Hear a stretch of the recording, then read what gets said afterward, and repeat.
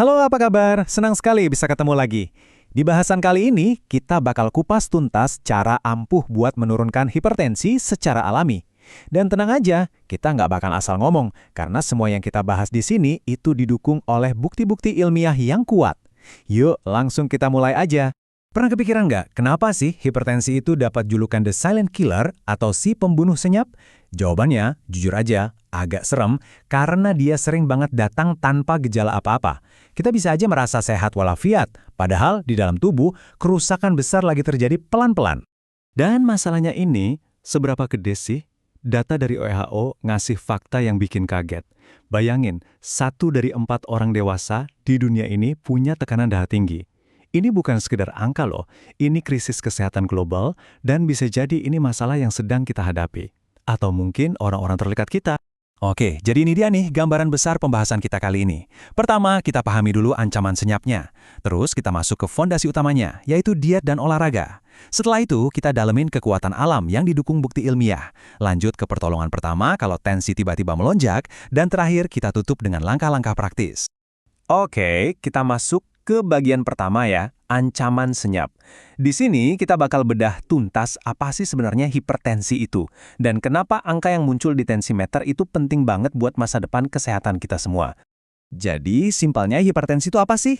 Ini adalah kondisi di mana tekanan darah kita itu stabil tinggi, di atas angka 130/80 mmHg. Coba deh bayangin, jantung kita itu dipaksa kerja lembur, 24/7 non-stop. Wah, capek banget kan pastinya? Terus, kalau dibiarin aja gimana dong? Nah, ini dia bagian yang bikin ngeri. Hipertensi itu jadi pintu gerbang buat beberapa penyakit paling mematikan. Kita ngomongin soal serangan jantung, stroke, gagal ginjal, bahkan penglihatan bisa sampai terganggu. Ini beneran bukan main-main loh. Oke, cukup dengan yang serem-serem. Sekarang kita ngomongin solusinya yo. Kita masuk ke bagian kedua, fondasi utamanya, diet dan olahraga. 2 pilar gaya hidup sehat yang udah terbukti banget secara ilmiah bisa mengendalikan tekanan darah. Nah, kalau ngomongin diet, ada 2 nih jagoannya. Pertama, diet rendah garam, yang fokusnya ngurangin natrium. Kedua, ada diet DASH, yang isinya banyak sayur, buah, dan biji-bijian. Temuan ilmiahnya menarik banget.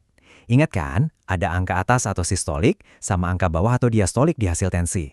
Nah, studi nunjukin diet DASH ini jago banget buat nurunin angka atasnya. Sementara itu, buat nanganin angka bawah, diet rendah garam juaranya. Dan ini bukan cuma kata saya loh. Ada buktinya. Jurnal NutriScience tahun 2024 itu mengonfirmasi hal ini. Penelitian mereka nunjukin kalau khusus untuk tekanan diastolik, tahu kan angka bawah yang seringnya paling susah turun? Nah, diet rendah garam itu yang paling ampuh. Ini data, bukan asumsi. Diet udah, sekarang kita ke pasangannya, olahraga. Terus, olahraganya harus berapa banyak sih? Targetnya gampang kok, minimal 150 menit aja per minggu untuk olahraga aerobik. Bisa jalan cepat, sepedaan, atau jogging santai. Yang penting, konsisten. Oke, siap-siap ya. Kita masuk ke bagian yang menurut saya paling seru nih, kekuatan alam. Dan kita nggak akan ngomongin mitos atau katanya-katanya. Semua yang kita bahas ini herbal yang khasiatnya udah didukung riset beneran dan kredibel. Yang pertama ada sambiloto. Wah, ini sih bukan herbal kaleng-kaleng. Ada loh penelitian dari UGM yang nemuin kalau ekstraknya itu bisa nurunin tekanan darah pada hewan uji cuma dalam 15 menit. Cepat banget kan? Riset pada manusia juga nunjukin penurunan yang signifikan banget. Nurunin angka atas dan bawah. Sesignifikan apa? Secara statistik ini kuat banget, jadi bukan kebetulan. Lanjut, ada si hijau super. Pegagan. Riset ilmiah, lagi-lagi, nunjukin kalau ekstrak pegagan itu nggak cuma nurunin tensi, tapi juga punya efek melindungi jantung. Jadi, kerjanya double. Tensi turun, jantung pun ikut dijaga. Keren kan? Dan yang ini pasti udah sering dengar, seledri.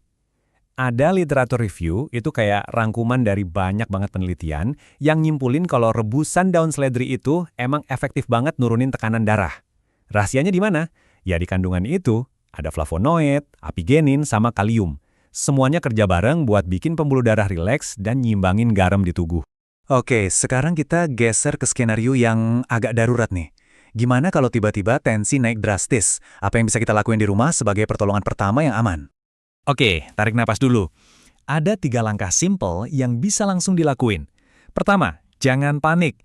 Cari tempat duduk, rileks, longgarin baju yang ketat. Kedua, napas perut. Tarik napas dalam-dalam, tahan sebentar, buang pelan-pelan.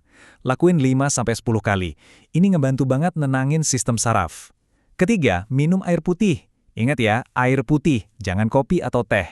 Tapi, penting banget nih, ini pertolongan pertama ya, bukan pengganti dokter kalau angkanya emang tinggi banget. Nah, kita udah sampai di penghujung bahasan kita nih. Sekarang waktunya kita ubah semua "oh gitu ya" yang kita dapat menjadi sebuah tindakan nyata. Ayo kita lihat langkah praktisnya. Intinya kan gini, kita semua tahu kok kalau hidup sehat itu kuncinya. Diet, olahraga, itu udah paling bener. Tapi jujur deh, yang paling susah itu kan konsistennya, betul nggak? Apalagi di tengah kesibukan sehari-hari. Nah, ngomongin soal konsistensi, disinilah kadang kita butuh bantuan praktis. Coba deh lirik produk seperti Tensit. Kenapa? Karena isinya itu loh, sambil loto dan pegagan, persis seperti yang tadi kita bahas tuntas bukti ilmiahnya. Jadi ini bukan cuma klaim doang, tapi solusi yang basisnya riset. Anggap aja ini cara gampang buat melengkapi gaya hidup sehat kita dengan kekuatan alam yang udah teruji. Pertanyaannya sekarang, setelah kita tahu semua ini, langkah nyata apa nih yang bakal kita ambil mulai hari ini untuk jaga aset kita yang paling berharga, jantung kita?